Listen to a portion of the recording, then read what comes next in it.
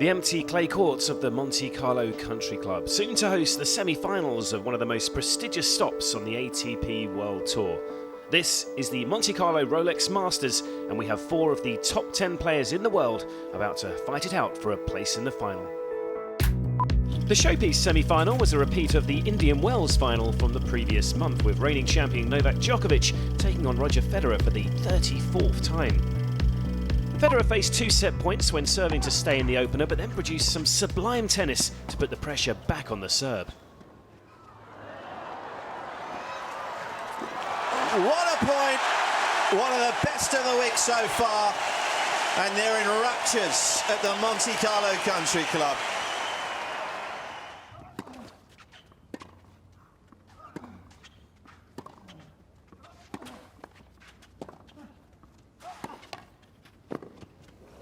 Just looks so confident up at the net. It's a nonchalant almost, and he knew what he was going to do there, and he did it so effectively.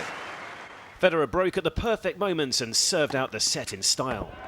Federer takes the first set. With Djokovic beginning to feel an injured arm more and more, Federer showed no mercy in the second set. And Federer's rolling, and Djokovic is rocking.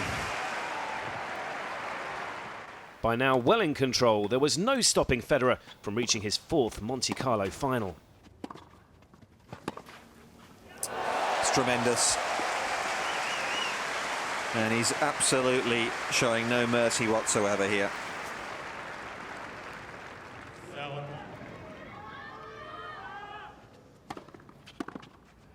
Roger Federer has moved into the final. I think it's very important to be mentally stable in moments like this, when you know your opponent's struggling with injuries or in pain or not quite playing himself, and that's where I think the experience for me really has helped me to stay calm in those moments over the years. Clearly the first set was crucial, and then I was able to bring it home in the second set, so it was a good match for me. Well, the good thing is that I don't need to have a surgery, that I don't have any rupture or something like that. And just rest now. I cannot play tennis for some time. How long? I don't know. It's really not in my hands anymore. I'm going to rest and see when it can heal 100%, then we'll be back on the court.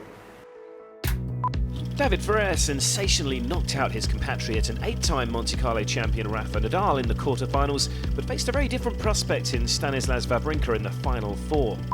Wawrinka, surprisingly playing in only his 5th Masters 1000 semi-final, was playing like he belonged there. 2 breaks to the good before Ferrer could settle. A few gasps inside the crowd. I don't think they can quite believe what they're seeing here. After just over half an hour, Wawrinka had set points.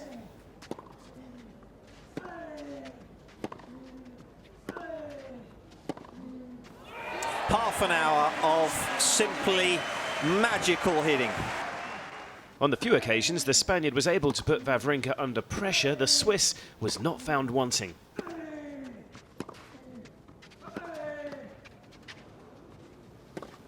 Well, he could do with a bit of luck if you feel he's going to get a foothold, and he hasn't had it there.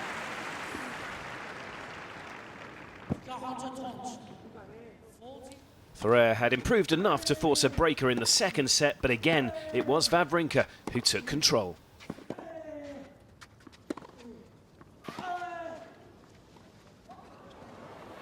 Oh, even Ferrer couldn't chase it down. That's how good it was. The Australian Open champion was on the verge of his 100th Masters 1000 win. Stan Wawrinka moves into a first final in Monte-Carlo in his career. It was a great match, especially the start. I was moving well, being really aggressive from the start. He was a little bit hesitating, but I'm really happy with my game, the way I won today, and I'm enjoying the time. So we have an all-Swiss final. Stanislas Wawrinka will play Roger Federer for the right to be named the Monte-Carlo Rolex Masters champion.